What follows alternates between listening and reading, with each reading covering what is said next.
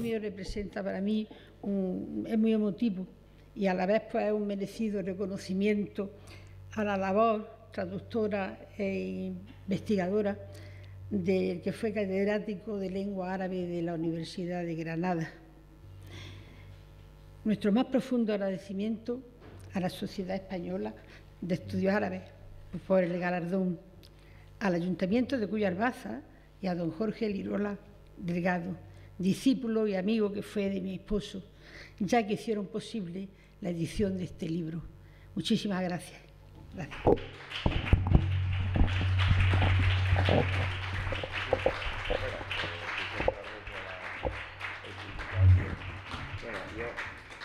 En nombre de la SEA presento el certificado de esto y ahí está. Este, ¿no? Sí, A ver, un momento.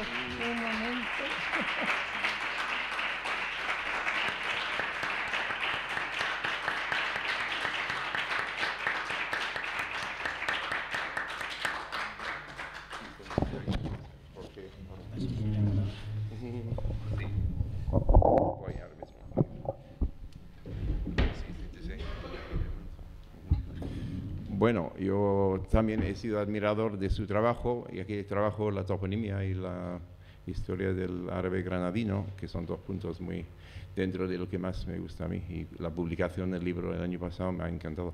Bueno, ahora paso la palabra a Jorge, que quiere hablar. Bueno, empiezo por el final, aunque tendría que haber sido por el principio también, pero incluso por esa alusión a mía personal. En realidad, el verdadero artífice de la publicación del libro, porque bueno, esta obra Amador la escribió en el año 2000, poco antes de fallecer, tristemente, además a una edad bastante temprana. Él nació en Urraca en el año 36, ¿no? 36. En el año 36, sí, y falleció en el año 2000, pues con 64 años, es decir, una edad que ahora es relativamente temprana y que lamentablemente pues le impidió cumplir muchísimos proyectos, ¿no? Y seguro que hubiera dado muchos frutos. Como digo, la gran labor de recuperación hay que dársela a Juan Grima, que Juan Grima fue el que ha recuperado ese texto. Nosotros, a mí me pidió la colaboración puramente porque es una edición bilingüe. Juan Grima insistía también en respetar lo que había escrito Amador Díaz García, y él había hecho un texto bilingüe árabe-español, ¿no? en esa traducción. Bueno, a mí me gustaría destacar, bueno, como se ha dicho, yo fui alumno de Amador Díaz García, ¿no? También amigo, en el sentido colaboré con él, hicimos un artículo conjuntamente sobre los cementerios musulmanes, ¿no? Y algunos de los aquí presentes, ¿no? También fueron alumnos suyos y lo conocíamos. Yo me gustaría destacar, bueno, de él sobre todo, él era un profesor allí de referencia en Granada, cuando estudiábamos en Granada, sobre todo porque, bueno, él daba árabe hablado, ¿no? Entonces, sobre todo tenía un gran conocimiento del árabe, pero no solo clásico, sino también dialectal, ¿no?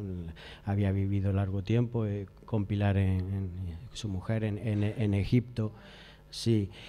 Y él conocía bastante, ¿no? Además su conocimiento era muy solvente, de forma que cuando le preguntábamos algo, si no lo sabía, se procuraba, siempre tenía una gran avidez de conocimiento, de aprenderlo y resolver esa duda, pero él por aprender también, ¿no? Estaba continuamente, como digo, ávido de saber, ¿no? Y de conocer, ampliar sus conocimientos. Ha destacado Robert también pues sus trabajos de toponimia. Entonces, sobre todo, él controlaba muy bien el árabe clásico y el dialectal. Estos textos que se publicaron el año pasado y que han sido merecedores del premio SEA de traducción, son unos textos curiosos y muy interesantes, ¿no? Que seguían un poco la tradición, a su vez, de su maestro Luis Seco de Lucena, de los documentos notariales granadinos, ¿no? Donde además aparecen muchos dialectismos, ¿no? Donde se ve también esa redacción, y él los resuelve muy sabiamente todo ello. Esos textos, como digo, son curiosos porque en realidad son...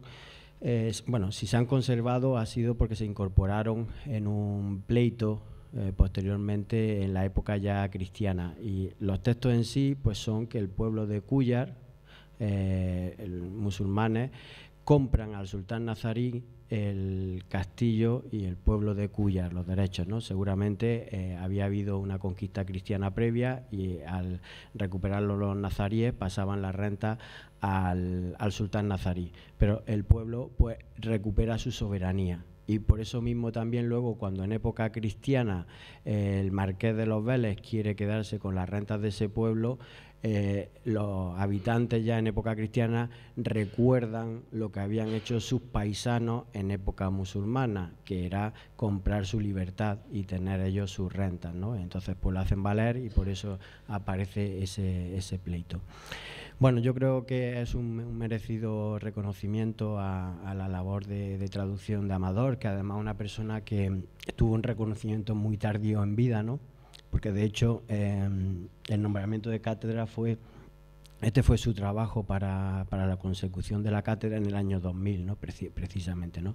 Yo creo que se le tenía que haber reconocido de un nombramiento anterior, ¿no? de obtención de esa cátedra, ¿no? Bueno, pues quizás había traído aquí algunos, lo que es esos textos siempre son muy complicados, ¿no? En el proceso de edición, en toda esa fijación del texto, ¿no? Esa fijación del texto árabe. Y luego Juan Grima suele hacer ediciones, eso hay que alabarlo, ediciones muy cuidadas, ¿no? Por eso fue por lo que acudía a nosotros, ¿no? Al tener el texto árabe, pues que fuera muy minuciosa esa edición, ¿no? Y por eso nosotros colaboramos con él muy gratamente, pues para hacer esa maquetación del texto árabe y esa revisión, ¿no? Él luego también pues le incorporó pues con unas ilustraciones, reproducciones de documentos y también de lo que es el Cúllar en la actualidad, porque precisamente el castillo al que aluden en Cúllar ya no está presente, ¿no? Ya no hay recuerdo de ese castillo, ¿no? Bueno, pues como digo, la obra premiada creo que presenta un gran interés desde distintos puntos de vista, ¿no? Y nada, creo que es muy merecido ese homenaje y reconocimiento. Bueno, muchas gracias, Jorge, muy sentido. Venga.